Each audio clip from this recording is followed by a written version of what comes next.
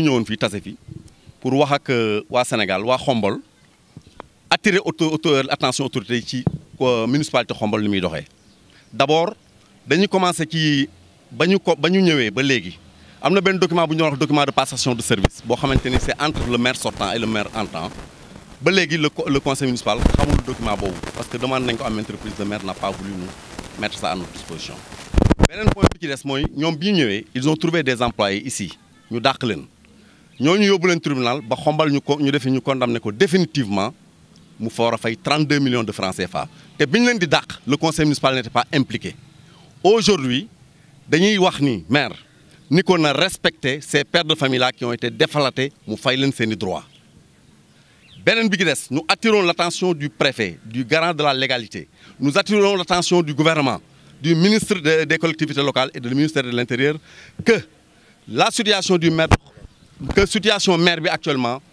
doy na waar jéggi na dayoo lu ëpp presque ñaari at a ngi nii yoo xamante ne nii maire bi ñëwul ci maire bi parce que dafa feebar kenn du ko yéene kenn mais suñu demee ba mu wóoruñu ni maire mënatul na autorité jël seen responsabilité révoqué ko te ñu permettre conseil municipal bi mu fal beneen maire dans ci biir conseil municipal bi. beneen bi ci des mooy ni ñu ngi réclamer avec force que préfet joxe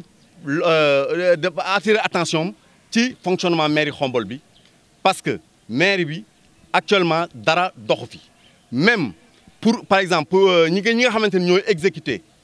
les travaux ñi nga xamante ni ñooy exécuter les dépenses ñun suñu xel ñaaw na ci ñoom signature bi ñu yor mooy signature bi nga xamante ni déposé nañ ko spécimen signature bi ñu déposé au niveau du trésor. Donc ñu ngi attirer attention aussi le président de la République attirer attention autorité yëpp que ce qui se passe à Xombol dans le foncier jéggi na dayoo ñu ngi profité ci benn lotissement bu ñuy wax lotissement da ngay jaara pour insérer ci ay yenn réserve yi di ko morceler di ko jox les partisans du maire te maire bi yëgul mais de toutes les façons dafa feebar kenn mënu la wax ni il est impliqué ou il n'est pas impliqué de toutes les façons li xew yëpp gravité bi ci graaw mooy ni que li ci gën a graaw mooy le conseil municipal n'est pas impliqué te conseil municipal mooy chefu maire yi mooy chefu maire bi morcellement yi ñu fi def yëpp ci biir dëkk bi conseil municipal kenn impliqué wu leen lii moo too ni woon tey nañu ñëw waxanteeg yéen Descos ñëw na fi ñëwaat na fi am na ay travaux yu mu arrêté ñun dañuy lancer benn SOS Xombol à l'État du Sénégal. Xombol ñun ñëpp. Xombal gépp war a génn naqarlu Xombal li fi xew te waa mairie bi def ko fi maire amul Xombal depuis ñaari at yoo xamante ni mën nañ lépp lu xew ci dëkk bi xëy na luñ ko nettali la waaye du lu mu liggéey wala lu mu yëg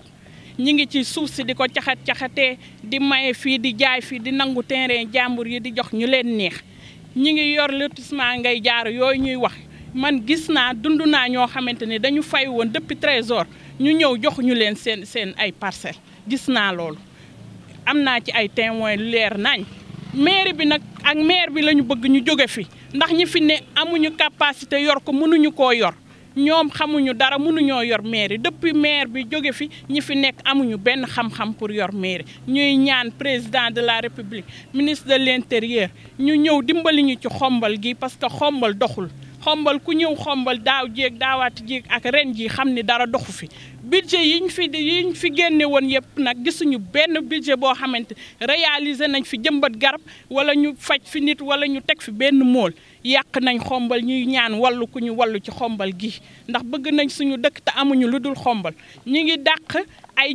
doomu Xombal yoo xamante ni ñi ngi ci dëkk bi yaroo ci dëkk bi juddoo fi màgge fi liggéey fi ñu xëy dàq leen sans autorisation conseil municipal bi wax nañ ko fii ñu ni duñ leen dàq ñu xëy dàq leen sans ñu autoriser leen ko ñu fay war leen jot maire bi ñëpp toog mu ni du fay ba dañu dem ak ñoom ci yoon ñu bëgg ñooñoon ngeen ñu wax ci ñu fay leen seen xaalis parce que doomu dëkk bi lañ ay père de famille la ak ay mère de famille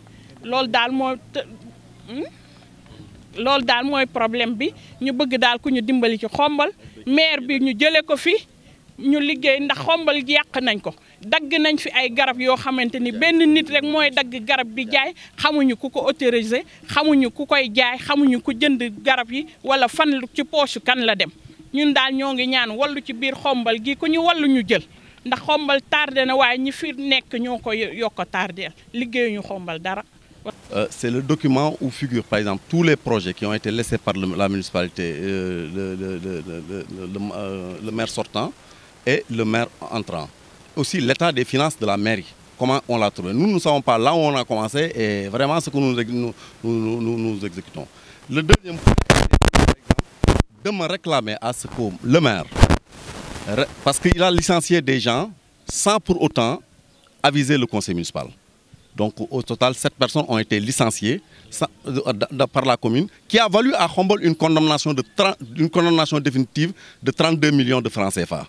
Donc nous réclamons à ce que cette dépense-là, qui est une dépense obligatoire, parce que c'est des pères de famille qui ont été déflatés par le maire, qui les a remplacés avec ses partenaires, des gens, ses partisans. Donc nous réclamons à ce que ces gens-là soient réintégrés, non, pas seulement, même que leurs droits leur soient payés. Et aussi, nous réclamons aussi sur la situation du maire, parce que le maire est absent depuis presque 2 ans que le maire n'est pas à Khombole. La ville est prise en otage actuellement par des gens qui se profitent de cette situation du maire pour tricher sur le foncier, pour même par exemple l'exécution des dépenses de la mairie. Personne ne les contrôle, le maire étant malade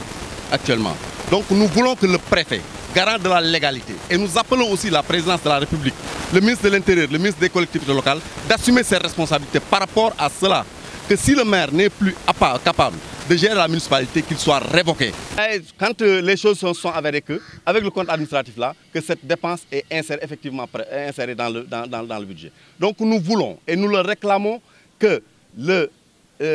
salaire des déflatés, les droits des déflatés soient respectés et que l'État prenne ses responsabilités par rapport à la situation du maire. Si le maire n'est plus capable de gérer la ville, qu'il soit révoqué et que le conseil municipal se choisit un maire à son interne. La mairie ne fonctionne pas. Il faut venir à la mairie de Khombole pour voir que l'état civil ne fonctionne pas. Que les gens qui ont été déflatés travaillent mieux que ces gens qui sont là. C'est des gens qui ne viennent pas à l'heure. Il faut venir passer à la mairie pour voir que rien ne fonctionne dans la mairie de Khombole actuellement.